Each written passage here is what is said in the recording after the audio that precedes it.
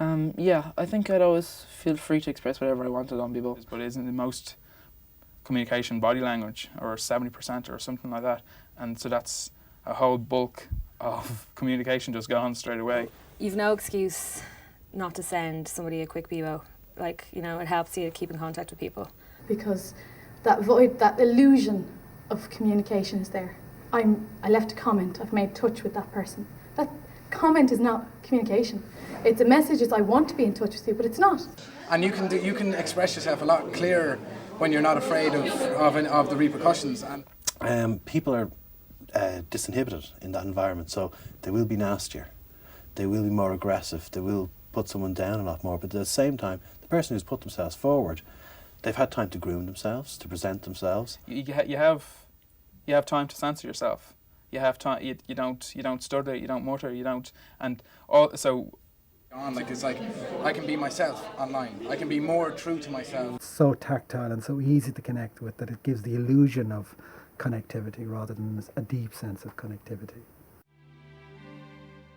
I'd always have a bit of a problem about real and virtual and online, offline, because once we're using the word real, if somebody does cry as a result of what happens online, if they do fall in love with somebody online, if they do laugh, it's real. Again, it's not real. Do you know what I mean? It's not human. It's less human. They are real, and they need to be considered as that, not merely as sort of, oh, it's only something on a computer that's only like a game, or it's only something small. I think there's nothing better than even go for a pint and a few of you, you're there, you have the person in front of you and you can chat face to face. Face to face. Face to face. Face to face. In online, the argument is whether the person behind the writing is real or whether they're a construct or they're a fiction.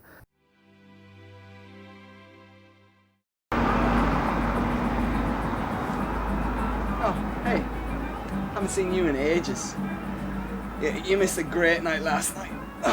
Me and the guys, we had a wild night.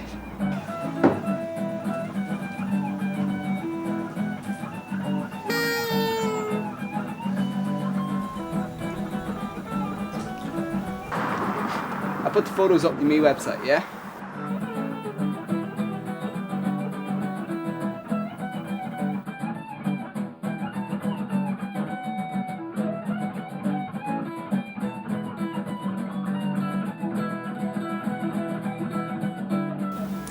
I didn't hear about it.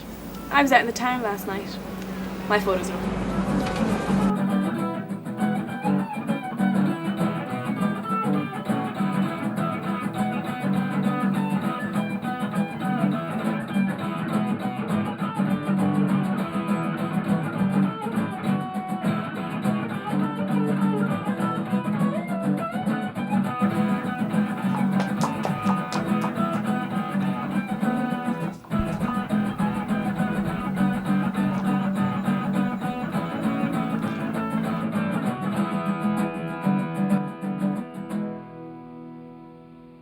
I'm particularly interested in a guy called Habermas, and I think the notion of the public sphere and this idea of how new media can create a new public sphere and how it generates a new sense of community and the possibility of global communities. I don't see it personally as a place to share an opinion with the community. You know that everybody else in college is on Bebo as well, so it's like, yeah, you definitely feel part of the community. Yeah. And I suppose the fact that they get correspondence back and replies back means they're feeling, well, somebody's listening to me, someone's hearing my voice, someone's hearing my point of view, and I feel heard. It's great to be able to connect to people that you've lost contact with and who may be geographically removed from you. But there's a sense of maybe coldness about it, or a sense of not the community that we're used to, the community spirit we're used to. Logging in before I go to college, logging in before I go to work, logging in before I go to bed. I can't sleep. I'll just log into Bebo. Yeah, no, I'd use online social networking pretty much every day. It's forced to habit now. I use it daily. I mean, the point was raised, all the computers in DCU are being used for Bebo at this stage. Obviously, that's a bit of a problem. And there's the ritual of, I've got to check that before I go out, or I'll just check my MySpace before doing this and the other. Even some people, the first thing they do when they get up in the morning, they check. But more that it could fill some sort of social need that often religions do take up. But I think people are searching. I think that's the one thing we see clearly. Even people that fall away from whatever faith they're following, they're looking for something. Something generally in Western society where people decided, okay, God isn't up there, or there's nothing bigger than me. A letter from me to the masses. I am faithful to my Bebo page, and have been since a very young age. I check my profiles 8 times a day. I'm really faithful, I have to say. I update my photos on a regular basis. I try to include new friends and new faces. I share the love as much as I can. I try to be a considerate young man. My taste in music is really cool, and my sexy photos will make you drool. My profile is witty and full of great stuff. I want lots of attention, I can't get enough.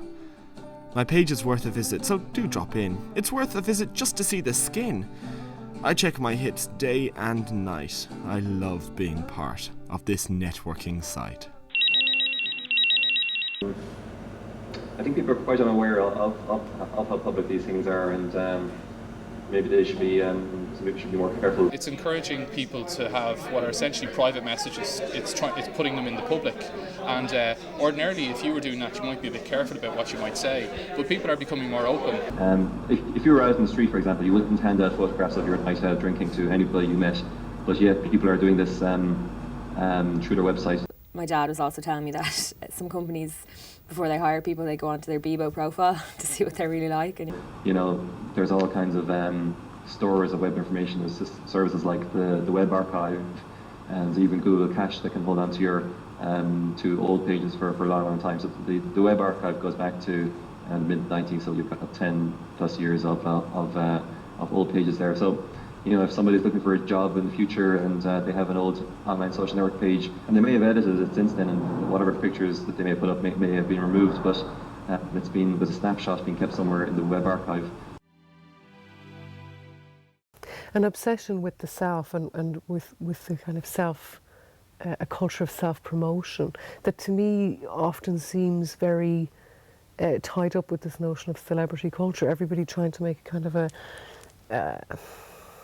a celebrity or media career for themselves out of pretty much nothing except for photographs and you know, quite superficial information about themselves. A lot of what we're calling celebrities nowadays are quite ordinary. And just like in places like Bebo and MySpace, it's ordinary people who the focus can be on. We're talking about celebrity for celebrity's sake. The sense that there's some kind of technical barrier to 15 minutes of fame seems to have entirely disappeared.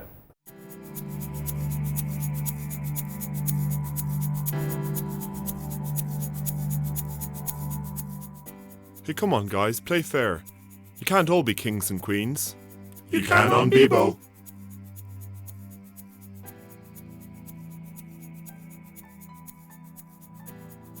Bebo beats Google in web battle. It's official, Bebo is now the most popular website in Ireland. Any new media, from the penny dreadfuls up to television, up to film, up to all new media, is used as an excuse for explaining why the children of this world have got worse than they were in our generation. So now it's new media, now it's the internet. It has created a parallel universe. But it is going to be the way of the future, and there's no doubt about that. I think the value judgment is important. How do we decide that Bebo is good or bad? I think of it more as a bit of fun. So there's lots of positivity there. The obviously negative side can be if it becomes addictive or it becomes an excuse for real life. I think the good tends to offset the bad. There is a place for Bebo in society, but I would prefer if it was something a little bit better than what it currently is. So there's always, in any technology, it's how it's used that causes the problems, not the technology in itself.